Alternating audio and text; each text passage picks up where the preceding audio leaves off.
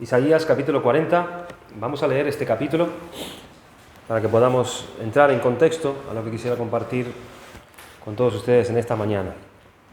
Isaías capítulo 40 dice así la palabra de Dios: Consolaos, consolaos, pueblo mío, dice vuestro Dios. Hablad al corazón de Jerusalén, decidle a voces que su tiempo es ya cumplido, que su pecado es perdonado, que doble ha recibido de la mano de Jehová por todos sus pecados. Vos que clama en el desierto, preparad camino a Jehová, enderezad calzada en la soledad a nuestro Dios. Todo valle sea alzado y bájese todo monte y collado, y lo torcido se enderece y lo áspero se allane.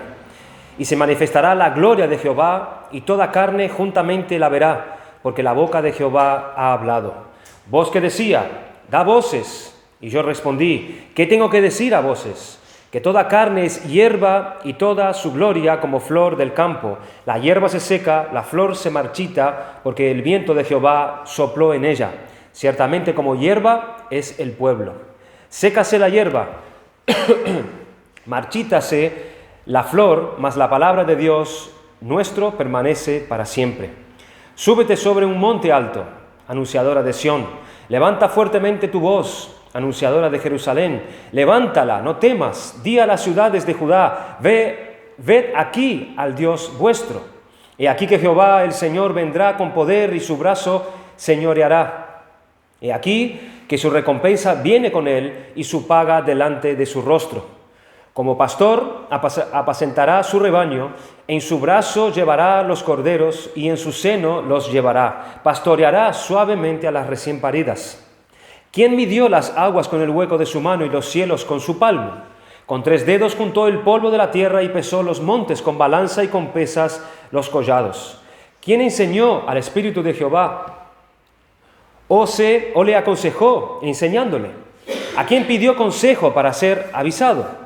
¿Quién le enseñó el camino del juicio? ¿O le enseñó ciencia? ¿O le mostró la senda de la prudencia? He aquí que las naciones le son como la gota de agua que cae del cubo, y como menudo polvo en las balanzas le son estimadas. He aquí que hace desaparecer las islas como polvo. Ni el Líbano bastará para el fuego, ni todos los animales para el sacrificio. Como nada son todas las naciones delante de él, y en su comparación serán estimadas en menos que nada y que lo que no es. ¿A qué pues haréis semejante a Dios? ¿O qué imagen le compondréis? El artífice prepara la imagen de talla, el platero le extiende el oro y le funde cadenas de plata. El pobre escoge para ofrecerle madera que no se apolille. Se busca un maestro sabio que le haga una imagen de talla que no se mueva. ¿No sabéis? ¿No habéis oído? ¿Nunca os lo han dicho desde el principio? ¿No habéis sido enseñados desde la tierra que la tierra se fundó, desde que la tierra se fundó? Él está sentado sobre el círculo de la tierra, cuyos moradores son como langostas. Él extiende los cielos como una cortina, los despliega como una tienda para morar.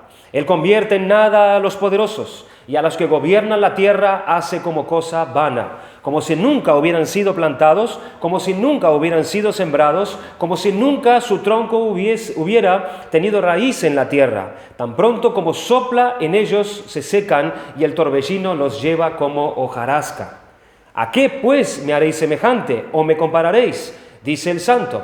Levantad en alto vuestros ojos y mirad quién creó estas cosas. Él saca y cuenta su ejército, y todas llama por su nombre, ninguna faltará. Tal es la grandeza de su fuerza y el poder de su dominio. ¿Por qué dices, oh Jacob, y hablas tú, Israel? Mi camino está escondido de Jehová, y de mi Dios pasó mi juicio. ¿No has sabido? ¿No has oído que el Dios eterno es Jehová, el cual creó los confines de la tierra?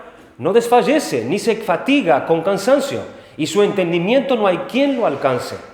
Él da esfuerzo al cansado. Él multiplica las fuerzas al que no tiene ningunas. Los muchachos se fatigan y se cansan, los jóvenes flaquean y caen, pero los que esperan a Jehová tendrán nuevas fuerzas, levantarán alas como las águilas, correrán y no se cansarán, caminarán y no se fatigarán.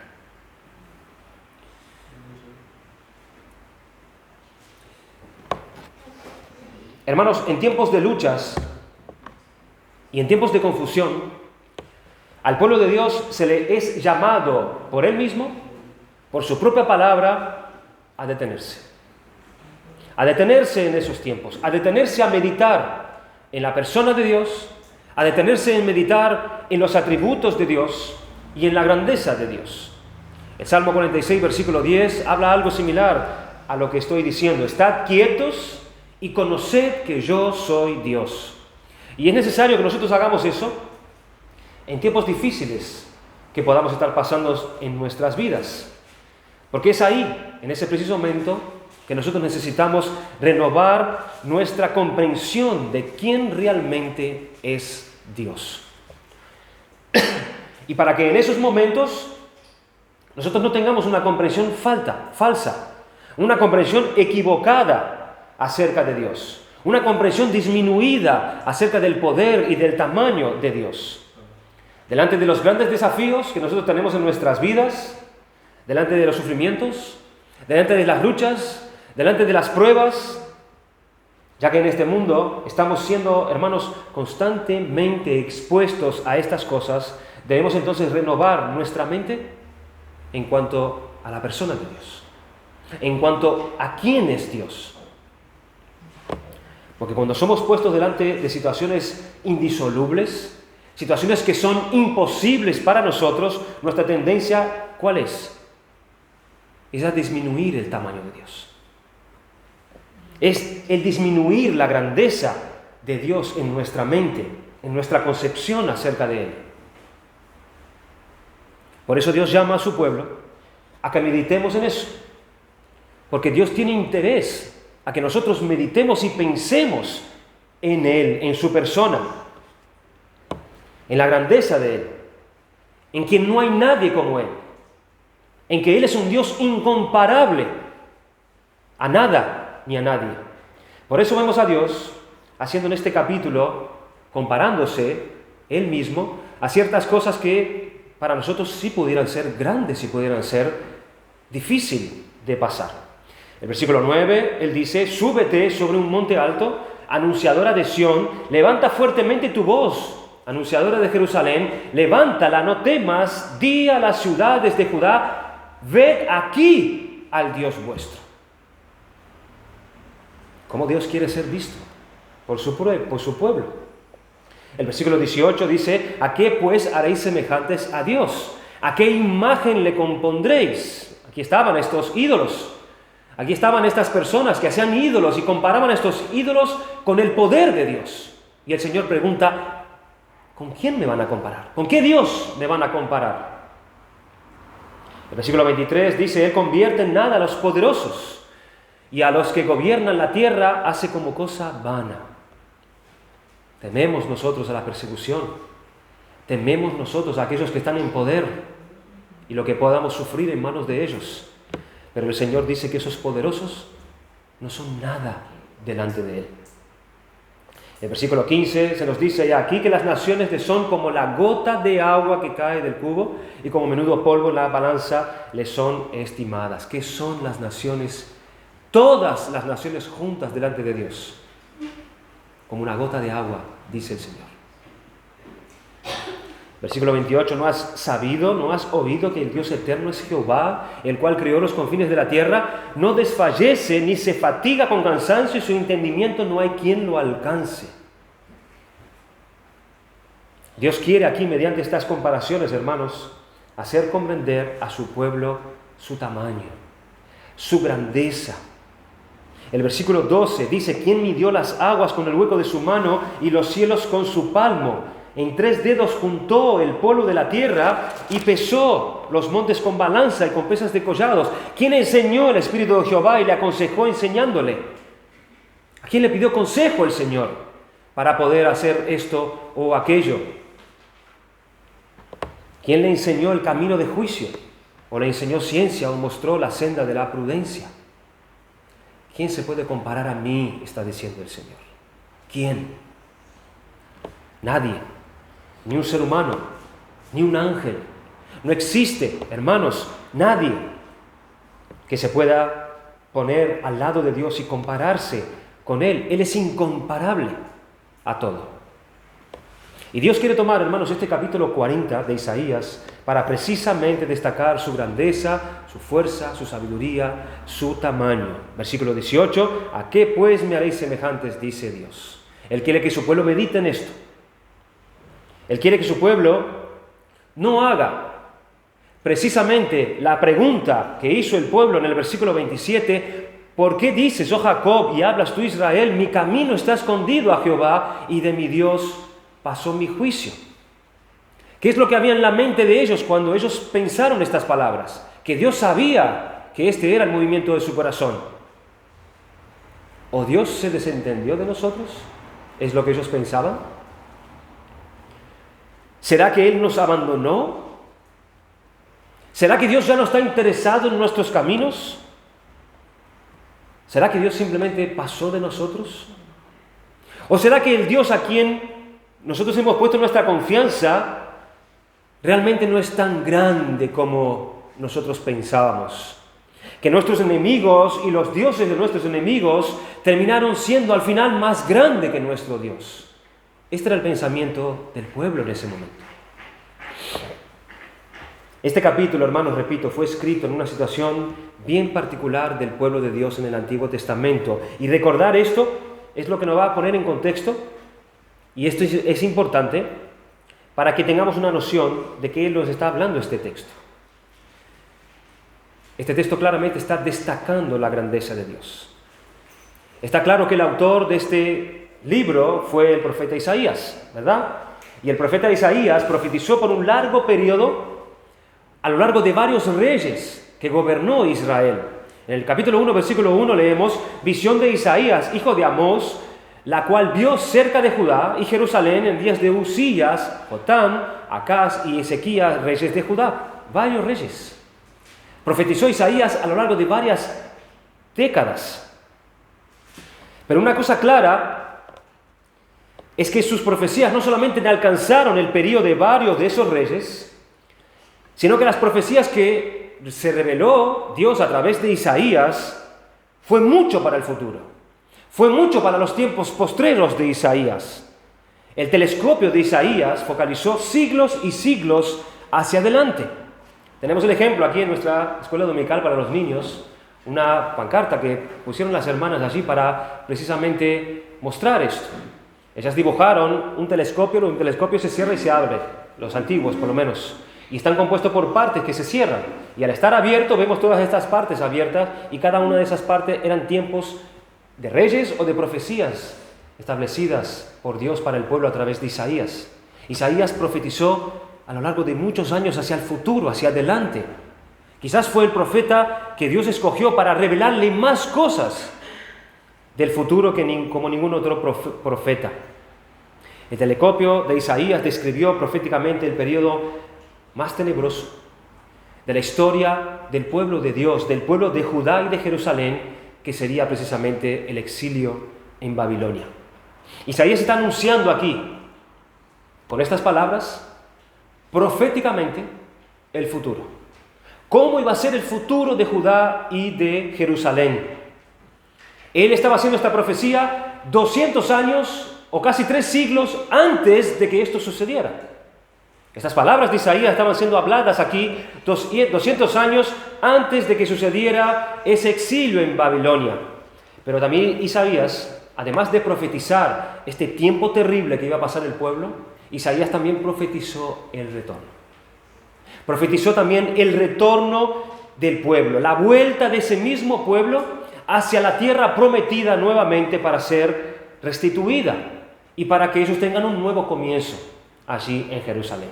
Y lo que el profeta anuncia en relación a la condición del pueblo en ese momento, humanamente hablando, hermanos, no había ninguna capacidad de parte del pueblo, no había ninguna probabilidad de revertir la situación en la que el pueblo se encontrara, según la profecía de Isaías. Ellos estaban en cautividad en Babilonia y no había manera de que ellos saliesen de esa situación. Ellos se encontrarían esclavizados y prisioneros de una gran potencia como lo era entonces de Babilonia. Ellos se encontrarían esclavizados, prisioneros de una gran potencia como lo era estos tiranos. Ellos estaban sin dinero, se encontrarían sin armas, sin soldados, sin ejército ninguno para poder defenderse de su situación, para poder revertir esa situación de derrota que ellos se encontraban todos los días sujetos bajo esa nación. Allí estaba Jerusalén destruida, el templo destruido. Esta sería la situación, hermanos, para esos días. Esa poderosa profecía fue proferida por Dios a través del profeta Isaías para ese pueblo. La situación era desastrosa totalmente. Isaías estaba profetizando 200 años antes la terrible situación que el pueblo iba a atravesar en un tiempo más adelante. Aquel exilio que iba a estar comandado por instrumentalidad, hermanos, de Dios por el rey Nabucodonosor, duraría unos 70 años. Unos 70 años. Pero quizás esto duró incluso más de 70 años, porque una vez cumplidos los 70 años, hubo otras más vueltas del pueblo de Dios desde Babilonia hacia Jerusalén. Y este exilio, el propio exilio, era una dura disciplina de parte de Dios para su pueblo. Es decir, Judá y Jerusalén no perecieron por el hecho de que una nación simplemente fue más poderosa que ellos. No. La explicación del exilio no está en Babilonia. La explicación del exilio no está en Nabucodonosor, sino que la explicación del exilio está en Dios. Está en Dios, quien trajo a Nabucodonosor desde lejos para poder destruir la tierra de la promesa, para disciplinar a su pueblo por haber ellos quebrantado el pacto para con su Dios, por haber quebrantado la alianza que ellos tuvieron con el Señor. Por tanto tiempo, esta nación, este pueblo, estuvo andando en una interrumpida idolatría en la tierra prometida. Habían quebrantado su pacto para con el Señor y se fueron tras otros dioses. A pesar de tantos avisos de parte de Dios, a pesar de tantas alertas de parte de Dios, a pesar de tanta paciencia de parte de Dios, había llegado el momento. Había llegado el momento en que la disciplina de Dios vino sobre su pueblo y entonces ellos fueron llevados cautivos para Babilonia y allá se quedaron 70 años exactamente de la misma manera en que Dios lo había dicho, exactamente de la manera que el Señor lo profetizó. Pero ahora, finalmente, tenemos esta profecía aquí también, como dije al principio, anunciando el retorno. El retorno, diciendo que estaba llegando el momento en que ese pueblo de Dios, ellos serían una vez más, de parte de Dios, objeto de la misericordia y la gracia del Señor. Aparte de la disciplina de Dios correctiva hacia ellos iban a experimentar nuevamente, iban a estar nuevamente en el centro del foco de la misericordia y la gracia de Dios. Así que vemos aquí, hermanos, a través de esta profecía, cómo el pueblo es llamado a pensar en Dios, a pensar en la grandeza de Dios, a pensar especialmente en el tamaño de la grandeza de Dios. ¿Y para qué recibe el pueblo este llamado? Para que ellos tengan fe, para que ellos confíen en Dios, para que ellos supieran que el tiempo de la liberación había llegado, que el tiempo del exilio ya estaría por acabar, aunque eso les pareciera a ellos imposible que terminase. Aunque ellos fueran conscientes que no había fuerzas humanas para poder revertir la situación en la que ellos estaban. Por eso muchos judíos en esa época, en ese tiempo, la mayoría del pueblo, nunca pensaban ya en un regreso hacia la tierra. Eso sería imposible. Nunca pensarían ellos que iban a salir de Babilonia. Por eso ellos establecieron sus vidas allí, como diciendo, ya no hay más que hacer, ya no hay más retorno. Es aquí mismo nuestro final, ya no hay más nada en Jerusalén, aquello es apenas un montón de piedra, aquello se transformó en una habitación de chacales, ya no hay por qué regresar a aquel lugar desolado. Esa era su desesperanza. De ahí a que muchos pensaron en seguir construyendo sus vidas en Jerusalén como su morada definitiva. Y la descendencia de estos también recibieron por herencia esta misma desesperanza. Ellos llegaron a pensar en sus corazones, como dijo el profeta Isaías: ¿por qué dices, oh Jacob, y hablas tú, Israel, mi camino está escondido de Jehová, y de mi Dios pasó mi juicio?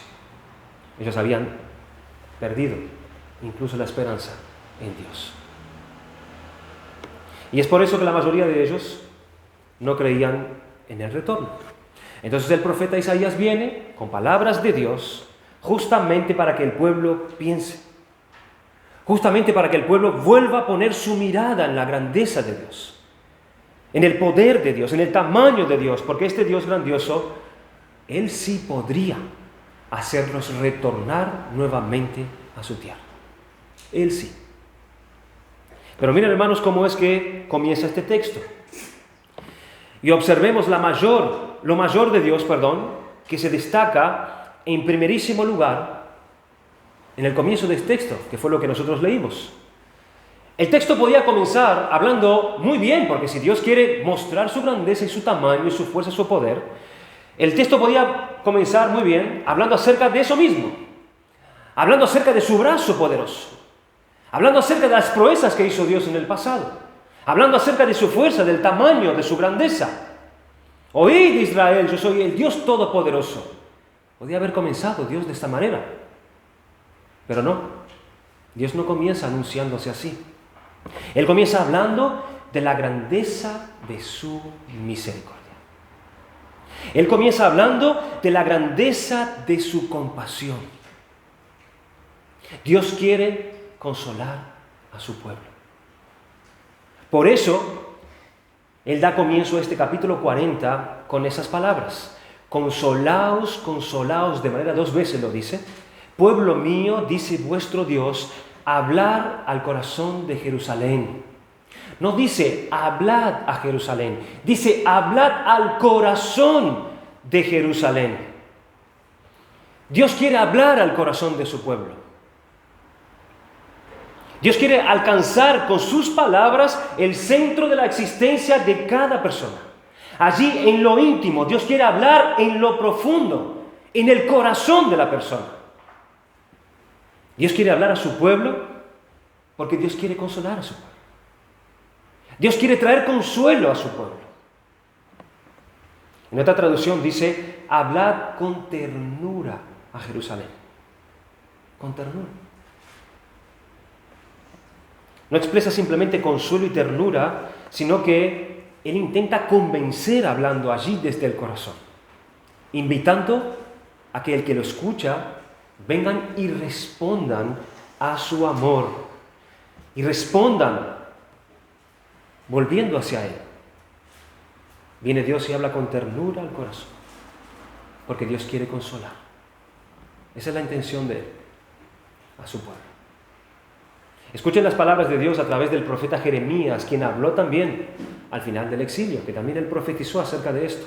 Porque así ha dicho Jehová: cuando en Babilonia se cumplan los 70 años, yo os visitaré y os cumpliré mi buena palabra de haceros volver a este lugar. Porque yo sé los pensamientos que tengo acerca de vosotros, dice Jehová, pensamientos de paz y no de mal, para darlos un porvenir y una esperanza. ¿Pueden ver allí la ternura de Dios? Dios quiere consolar a su pueblo.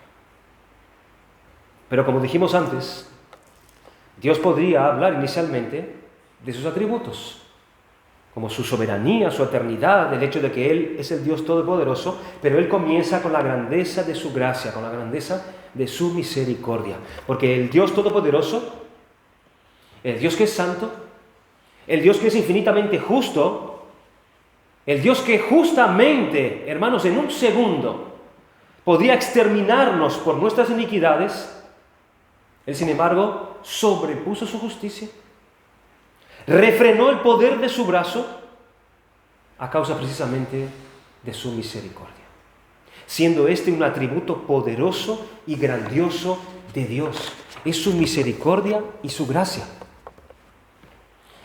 Y nosotros recién comenzaremos a entender la grandeza y el tamaño de Dios cuando empezamos a entender su misericordia y su gracia. Es a partir de allí. Como dice Lamentaciones, ellas no tienen fin, porque se renuevan cada mañana. Porque grande es su fidelidad. Y aquí Dios no está hablando de su fidelidad hacia nosotros, hermanos. Aquí está hablando Dios de su fidelidad para con su misericordia. Él es fiel con su misericordia. O como dice el Salmo 23, versículo 6, ciertamente el bien y la misericordia me seguirán todos los días de mi vida. Por eso, hermanos, este es el gran atributo de Dios a ser considerado aquí en este texto, donde somos llamados, donde somos convocados a pensar en la grandeza de Dios, comenzando por este atributo, comenzando por su misericordia, comenzando por su gracia. La misericordia y la gracia de Dios son dos lados de una misma moneda, ¿verdad? Todos conocemos esto. Esto es lo que enseñan nuestras confesiones de fe. Teológicamente se distinguen así. La gracia, ese lado de la moneda que es la gracia, significa cuando Dios nos da lo que nosotros no merecemos. Esa es la gracia de Dios, cuando Dios nos da lo que nosotros no merecemos. Eso entonces es un favor inmerecido. La gracia es Dios dándonos dádivas, es Dios dándonos de sus bendiciones, las cuales nosotros no merecemos en absoluto. Todas las bendiciones que podemos llegar a recibir de parte de Dios son frutos de su gracia, porque nosotros no las merecemos. Pero la misericordia, que es la otra cara de la moneda, porque sí, hermanos, hay cosas que nosotros merecemos. Sí hay cosas que nosotros merecemos, pero esas cosas que nosotros merecemos, Dios no nos las da. Nosotros merecemos su ira, nosotros merecemos su juicio, pero Él decide no derramar sobre nosotros su furia. Por tanto, cuando decimos que Él es misericordioso con nosotros, significa que Él no nos está dando lo que nosotros debiéramos merecer justamente. Y aquí está Dios hablando exactamente para su pueblo, diciendo, es tiempo de consuelo, es tiempo de confortar a mi pueblo. Consolaos, consolaos, pueblo mío, dice vuestro Dios. Aquí Dios no le está diciendo al pueblo que se consuele como algo que el pueblo debe hacer por sí mismo. No, sino que es como si Dios dijera, sea consolado mi pueblo. Como que algo ya era tiempo que suceda. Como que el consuelo de Dios ya estaba dispuesto para el pueblo, ya que era tiempo de recibir de parte de Dios este consuelo. Es interesante ver, hermanos, que en el Nuevo Testamento el Espíritu Santo es llamado el gran consolador. Fíjese que es un carácter intrínseco de Dios, el ser consolador. Cuando Dios usa este término consolar o confortar, que también es un sinónimo de esta palabra consolar, no es simplemente dar una palmadita en la espalda de la persona y decirle, tened ánimo. A veces eso es lo máximo que nosotros podemos hacer por otros, dar una palmadita. Pero eso no es lo máximo que sí Dios puede hacer.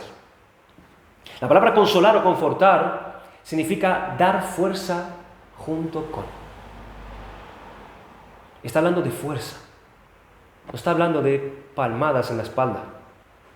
Es dar poder a la persona. Es dar fuerza. Cuando Dios pide para que su pueblo sea consolado, es porque Él es la fuente del poder de ese consuelo para su pueblo. Para que ellos sean fortalecidos, confortados en el poder de Dios. Hermanos, miren cómo acaba este capítulo precisamente. ¿Qué es lo que Dios hace con su pueblo? Le da fuerzas, Él no desfallece ni se fatiga con cansancio, es Él quien da esfuerzo al cansado y multiplica las fuerzas al que no tiene ningunas. Los muchachos se fatigan y se cansan, los jóvenes flaquean y caen, pero los que esperan a Jehová tendrán nuevas fuerzas. Eso es consuelo. Eso es precisamente confortar. No es meramente una palmada en la espalda y decir, permanece firme.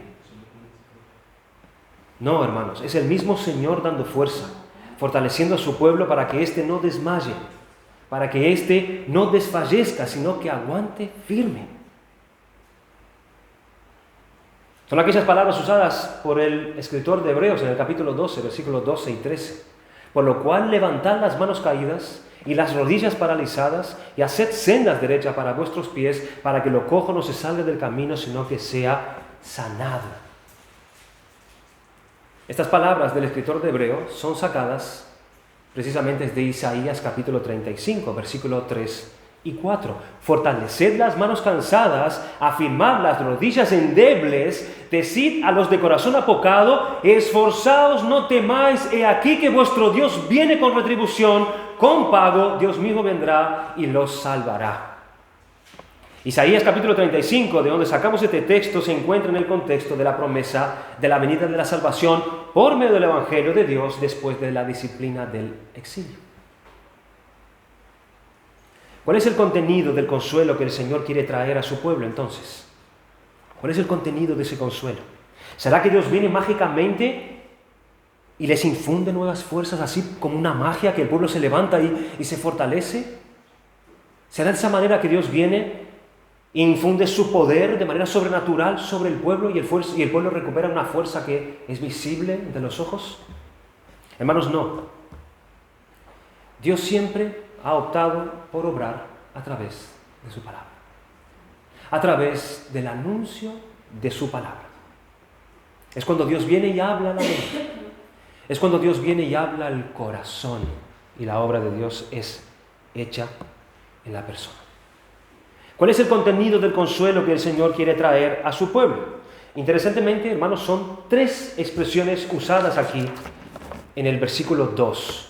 Hablad al corazón de Jerusalén, decidle a voces que...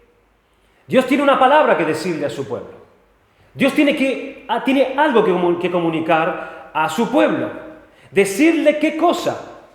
Hablad qué cosa. ¿Qué es lo que Dios quiere comunicar al pueblo? Y esas 3 cosas son de consuelo. Esas 3 cosas es de fortaleza para su pueblo, y de ese modo el pueblo entiende el tamaño de Dios a través del tamaño de su misericordia y su gracia. Las 3 cosas comienzan con un qué. Hablen qué, digan qué, hablen qué. 3 qué. ¿Cuál es el primer qué? Decirle a voces que su tiempo es ya cumplido. Miren, Dios trayendo su palabra para traer fortaleza, para traer consuelo a su pueblo. El primer qué es este, que su tiempo es ya cumplido, que el tiempo de esclavitud se acabó, que el duro servicio llegó a su fin, que el periodo de prueba llegó a su tiempo. El segundo qué habla de qué es lo que se debe anunciar, que su pecado es perdonado. Y el segundo qué, que doble ha recibido de la mano de Jehová por todos sus pecados. Vamos a considerar entonces de manera breve, entonces rápidamente el significado de estos qué, lo que significa esto que el Señor quiere transmitir a su pueblo. Primeramente le dice decirle a voces que su tiempo es ya cumplido. Es claro que aquí está hablando de los 70 años del tiempo del exilio. Se cumplió el tiempo de disciplina, dice Dios. Y es tiempo de que el pueblo sea librado para volver a su tierra. Volver allí a reconstruir el templo, para que retome el pacto, para que retome los sacrificios, para que retome la alianza prescripta por Dios en su palabra. Y nosotros vemos a lo largo de las Escrituras que este siempre ha sido el patrón de Dios. Siempre ha sido el patrón de Dios, es semejante a esto en la historia de Dios con su pueblo. Y este patrón es cuando Dios dice, es hora de liberar a mi pueblo. Es hora de liberar a mi pueblo. Dios hasta deja a su pueblo por un tiempo sobre el poder del mal, sobre el poder de la esclavitud del mal, sobre el dominio de las tinieblas en la oscuridad, pero en algún momento es el Señor mismo quien viene y desciende. Él mismo es el que viene y libra y liberta a su pueblo. Dios viene y escoge en un momento, por ejemplo, como a Noé y su familia, quien representaba como sombra al pueblo de Dios en el juicio final. ¿Y qué hace Dios? Dios lo liberó de aquel mundo de tinieblas, de aquel mundo de violencia, de aquel mundo de corrupción, de aquel mundo de oscuridad, y lo llevó a un nuevo mundo. ¿Ven allí la sombra? Y lo llevó a un nuevo mundo, a un nuevo recomienzo. Es decir, Dios vino, descendió y liberó a su pueblo. Liberó a su pueblo. Tiempo después, Dios manda a sus ángeles a Sodoma para sacar de allí y liberar de allí a los suyos. En medio de aquel mundo de esclavitud, de pecado, a su siervo Lot y a su familia. Los liberó de allí antes de que sobre ellos se derramara fuego desde el cielo. Vemos en las Escrituras que siempre es desde el patrón. Es siempre Dios viniendo a liberar a su pueblo. Siempre está descendiendo a algún lugar para rescatar, para liberar a su pueblo. Mire la historia de los jueces. El pueblo siendo liberado una y otra vez, Dios mandando jueces para liberar a su pueblo bajo la opresión de sus enemigos. A través de Abraham, Dios anunció diciendo: mi pueblo será cautivo, mi pueblo será esclavizado allá en Egipto por 400 años. Pero cuando se cumplan los 400 años, el Señor llamó a Moisés en aquella zarza ardiente y dijo: Moisés, es hora de cumplir promesas. Moisés, es hora de cumplir mi palabra, tal como lo anuncié a tus padres Abraham, Isaac y Jacob. Así que ve, Moisés, ve y libera a mi pueblo, porque yo vi la aflicción de mi pueblo y he descendido con el fin de liberarlos. Ya está, Moisés. Se terminó el tiempo de la esclavitud, se terminó el tiempo del dominio del mal. Siempre Dios está descendiendo para liberar a su pueblo. ¿Qué es lo que el Nuevo Testamento dice acerca de nuestra conversión, hermanos? De nuestra salvación. ¿No dice la misma cosa? En el momento de nuestra salvación, Dios no descendió a rescatarnos del dominio, del imperio de las tinieblas y nos trasladó al reino de su amado Hijo. Hablad al corazón de Eva. Hablará al corazón de Anthony. Vayan y hablen al corazón de mi pueblo, que el tiempo de esclavitud se ha acabado. Es hora de seguir al pastor por el desierto hasta llegar a la ciudad de Dios. Esas palabras no se pronunciaron literalmente, hermanos, en el momento de la salvación de cada uno de nosotros, sino que fue el Evangelio de Jesucristo, sí. Pero se estaban cumpliendo exactamente de este modo como dice el himno: Dios descendió y de gloria me llenó, cuando Jesús por gracia me salvó. Fui ciego, pero me hizo ver y me hizo renacer. Dios descendió y de gloria me llenó. Y un día, hermanos, el pueblo de Dios estará nuevamente bajo la esclavitud pesada del mal, debajo del dominio de las tinieblas otra vez. ¿Cuándo? Cuando aquel hombre de iniquidad, cuando aquel hijo de perdición se levante otra vez, el último de todos, el peor de todos, en el tiempo de la gran tribulación, pero en ese tiempo y por última vez, el Señor descenderá otra vez. El Señor vendrá y dirá: se acabó la esclavitud. Se ha cumplido el tiempo. Es hora de rescatar a mi pueblo una vez y para siempre. Alguien decía que todas las veces anteriores donde Dios descendía para poder liberar, para poder rescatar a su pueblo de la opresión, solo fueron ensayos. Solo fueron ensayos divinos de la verdadera y gran liberación que vendrá cuando el Señor Jesucristo se manifieste y descienda por segunda vez con las trompetas, con los ángeles, en gloria, en poder, para poder rescatar por última y definitivamente a su pueblo. Todo habrá sido un ensayo. El día más glorioso y sublime de todos los tiempos será ese día cuando el Señor Jesucristo descienda por última vez a rescatar a su pueblo una vez y para siempre. Hablad al corazón de Jerusalén y decidle a voces que su tiempo es cumplido. La segunda cosa que el Señor anuncia como consuelo para su pueblo es que su pecado es perdonado. Vayan y anuncian para que sean confortados, consolados. ¿Qué cosa? Que su pecado ha sido perdonado. No existe, hermanos, una frase más dulce para el pecador convicto. Bienaventurado aquel cuya transgresión ha sido perdonada y cubierto su pecado. Bienaventurado el hombre a quien Jehová no culpa de pecado. Es la dicha más grande existente para el ser humano, que no hay igual. Que sus pecados sean perdonados. Dulces son las palabras de Dios cuando Él les dice: pueblo mío, vuestros pecados han sido perdonados. Está perdonado por gracia, pura y exclusivamente por gracia y por mi misericordia.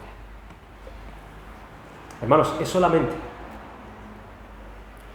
cuando nosotros los creyentes entendemos el valor del perdón que Dios nos ha dado, es cuando estamos entonces preparados para entender el tamaño de Dios. Comenzando, por supuesto, y siempre, por su gran misericordia. Pero tristemente, por lo general, nosotros demostramos que no entendemos cómo debiéramos entender esa relación que hay entre recibir perdón y dar perdón. No entendemos ese tipo de relación entre el recibir y dar. El Señor Jesucristo, en la casa de Simón, Él quiso que se entendiera precisamente esto. Él habló y enseñó acerca del resultado directo del perdón sobre aquel que recibió el perdón, que justamente es el amor. El resultado de aquel que entendió el perdón y recibió el perdón de manera correcta es el amor. Jesús estaba en la casa de este hombre, de un fariseo llamado Simón. De repente entró aquella mujer, pecadora, llena de pecados, y comenzó a derramar lágrimas y a lavar los pies de Jesús con ellas. Y con sus cabellos le secaba sus pies. Y aquel hombre, Simón, comenzó a despreciar la escena. Comenzó a despreciar al propio Cristo. Si ese ahí supiese quién es esa mujer, él no dejaría que ni siquiera ella lo tocase.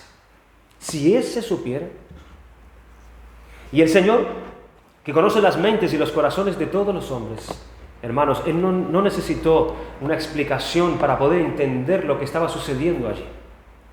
De manera inmediata le hizo una pregunta a este hombre. Simón, respóndeme una cosa. ¿Quién ama más? ¿Quién fue y se siente muy perdonado o quien se siente poco perdonado? Él, contestando correctamente, dijo: quien fue y se siente muy perdonado. El Señor le dice: bien has dicho, yo entré a tu casa, no me has dado un beso, no me has dado agua para lavar mis pies, no me has ungido la cabeza con aceite. Con todo esto, Simón mostraba la falta de amor que él tenía hacia Jesucristo. Pero esa mujer, dijo Cristo, que entró, hizo todo lo que tú no has hecho, mostrando así amor hacia mí, precisamente porque ella fue muy perdonada. Hermanos, hay fuerza, hay consuelo verdadero de parte de Dios para su pueblo cuando éste entiende el tamaño de sus pecados. Hay consuelo para el pueblo de Dios. Hay fortaleza de parte de Dios para su pueblo cuando éste entiende realmente el tamaño de sus ofensas hacia Dios. Porque es recién cuando entendemos el tamaño de nuestros pecados, es ahí cuando entendemos entonces el tamaño de la gracia de Dios. Es ahí cuando podemos entender el tamaño del perdón de Dios, el tamaño de su misericordia, cuando entendemos el tamaño de nuestros pecados. Y ahí es cuando comenzamos a entender entonces un poco el tamaño de Dios mismo.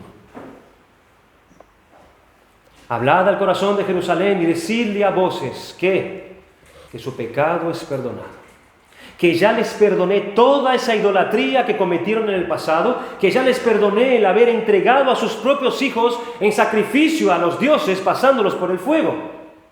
Diles que ya han sido perdonados. Hermanos, cuando nosotros vemos estos pecados cometidos por este pueblo en el pasado, haciendo estas atrocidades realmente con sus propios hijos, delante de Dios, y Dios aún los perdonó, podemos ver allí el tamaño de Dios, el tamaño de la misericordia y del perdón de Dios. Hablad al corazón de Jerusalén y decidle a voces que su pecado es perdonado. Nosotros los creyentes, por quienes Cristo murió en la cruz del Calvario, nosotros tenemos todos nuestros pecados, pasados, presentes y futuros, aún aquellos que nosotros no hemos cometido aún. Piensa en tus peores pecados. Piensa en tus peores vergüenzas.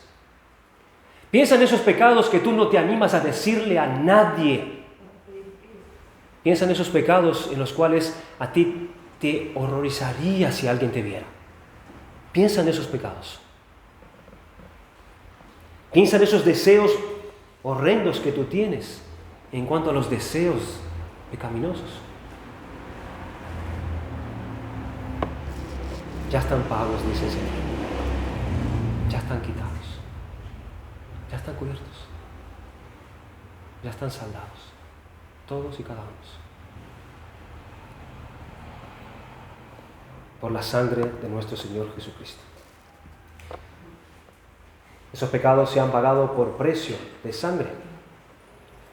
Fue el castigo de Dios sobre Él por nuestras iniquidades. Y ese sacrificio fue acepto por Dios para la paga de nuestros pecados. Es realmente grande el perdón de Dios. Es realmente grande la misericordia del Señor. Y cuando entendemos esto, qué consuelo, ¿verdad? Qué consuelo. Cuando pensamos, el Señor nunca me va a perdonar esto. El Señor no puedo ni siquiera mirarlo. Pero la misericordia de Dios es grande. La fortaleza para el pueblo que sufre por sus pecados, viene Dios y los fortalece. Cuando está el pueblo sufriendo por sus pecados. Ir y hablar al corazón de Jerusalén que sus pecados han sido perdonados. Y la tercera cosa que el Señor anuncia como consuelo para su pueblo, vamos terminando, que doble ha recibido de la mano de Jehová por todos sus pecados. Lo que Dios está queriendo decir aquí es que para Dios ya era suficiente. Para Dios fue suficiente. Hermanos, si nosotros tuviéramos que sacar una cuenta exacta de la ecuación que está haciendo Dios aquí, la cuenta no cerraría de ninguna manera. Si nosotros pudiéramos en una columna todos los pecados del pueblo que el pueblo cometió contra Dios para poder ellos haber sido llevados al exilio, seguramente esa sería una lista interminable, sería una lista digna de ser considerada. Y por otro lado, si colocamos en otra columna todo lo que ese pueblo sufrió durante esos 70 años, que fue el tiempo que duró el exilio, bien pudiéramos decir que esa cuenta no cierra. No cierra, no da la ecuación. ¿Cómo puedes decir, Señor, que doble ha recibido de la mano de Jehová por todos sus pecados? Y miren la expresión que él usa, de la mano de Jehová. Es decir, no fue de la mano de Nabucodonosor. Fue de la mano de Jehová. Y eso solamente tiene una explicación, hermanos. Que aún la disciplina de Dios es totalmente colmada de su gracia. Que aun cuando el Señor mismo es quien está disciplinando a su pueblo, es Él mismo quien se apresura a decir, ya basta. ya basta, ya fue demasiado. Ya ha sido suficiente, ya es más que el doble, ya es más de lo que a mí me gustaría hacer. Es más o menos parecido cuando un padre tiene a un hijo y él necesita disciplinarlo, pero él nunca consigue disciplinarlo a la medida exacta de su pecado. Nunca lo consigue. Él siempre se detiene un poco antes. Él siempre se detiene un poco antes en usar la vara un poco menos de lo que él debiera usar. Él siempre sostiene su ímpetu. Porque un padre que ama a sus hijos, y estoy hablando de un padre verdadero, no de esos padres que son maltratadores y golpean como animales a sus hijos, te estoy hablando de padres verdaderos, padres que puedan tener una pálida comparación de cómo Dios trata a sus hijos.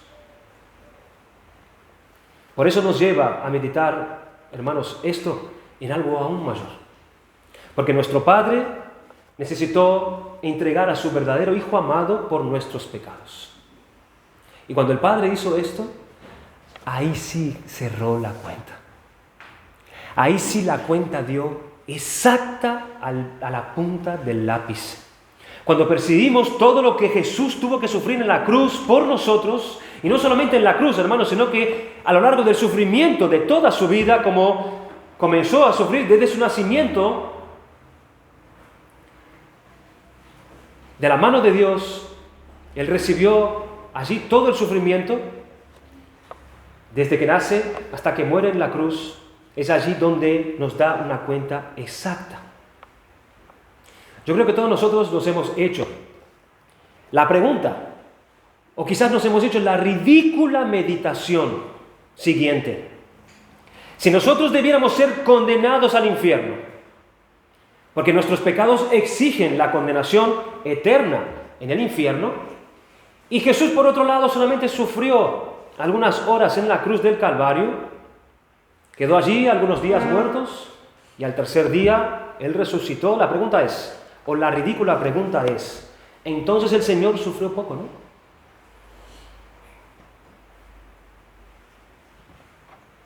Comparado con nuestro castigo eterno en el infierno, Él debiera estar entonces en el infierno eternamente, ¿verdad?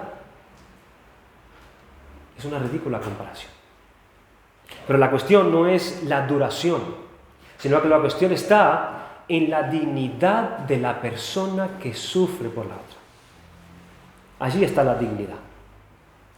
Para Dios le costó más, escucha esto, para Dios le costó más ver a su Hijo Santo, sin pecado y perfecto, sufriendo apenas algunas horas en la cruz o algunos años a lo largo de su vida, que ver a todos nosotros, la humanidad entera en el infierno, sufriendo el castigo por nuestros pecados. A Dios le dolió más esas horas que nuestra eternidad en el infierno. No es una cuestión de tiempo, es una cuestión de dignidad de aquel que sufre por el otro. Y aún siendo así, hermanos, aún doliéndole a Dios de esta manera, Él decidió hacer el cambio.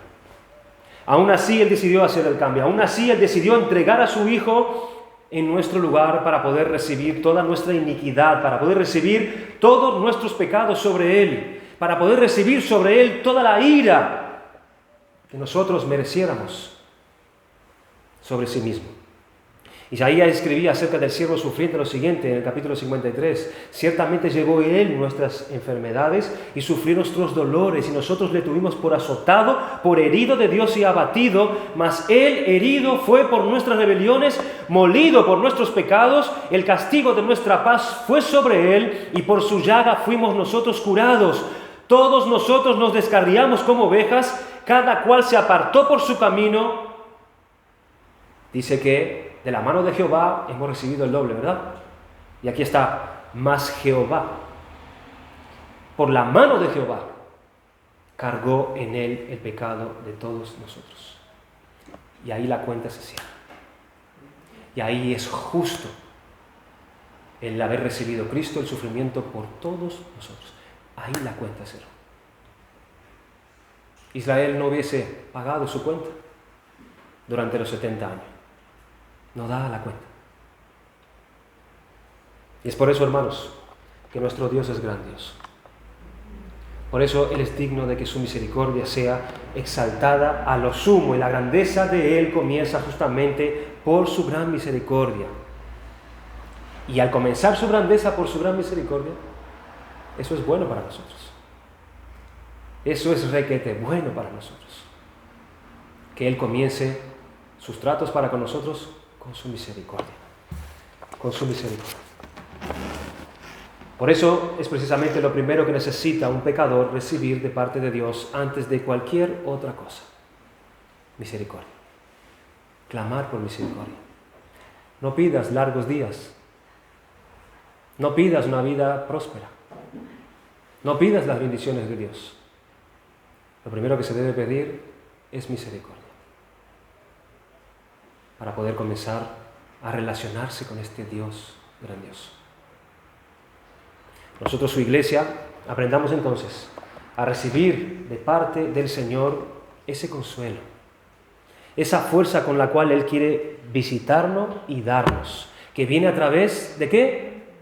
De su palabra, a la hora de entender la grandeza de su misericordia, de su gracia, y así entonces podamos ser consolados en entender quién es ese nuestro Dios, cómo es la grandeza de ese Dios. Cuán grande es el favor que Él nos da diariamente. Comenzaremos a ser consolados por Él. Dios bendiga su palabra. Despidámonos en oración.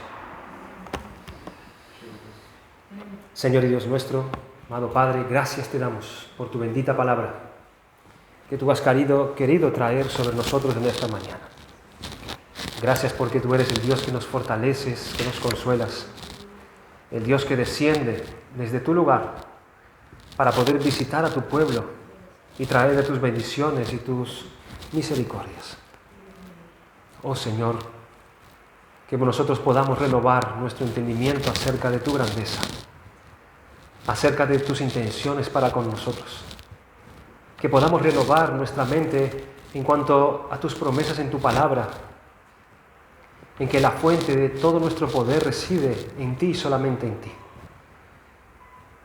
Y que podamos ser edificados y fortalecidos en deseos renovados de obedecer tu palabra, de obedecer tu voluntad, de amarnos unos a otros, de perdonarnos unos a otros, siempre entendiendo cuánto tú nos has perdonado, el tamaño de nuestros pecados contra ti. Esperamos en tus misericordias, oh Dios. ¿Qué es de nosotros sin tus misericordias? Que podamos seguir esperando con fe y consolados por ti la venida de nuestro Señor y Salvador Jesucristo, que vendrá con gran poder y con gran gloria en la última liberación de su pueblo, la cual estaremos con Él una vez y para siempre. Y ya no habrá más necesidad de rescate ninguno, porque ya seremos tal cual Él es.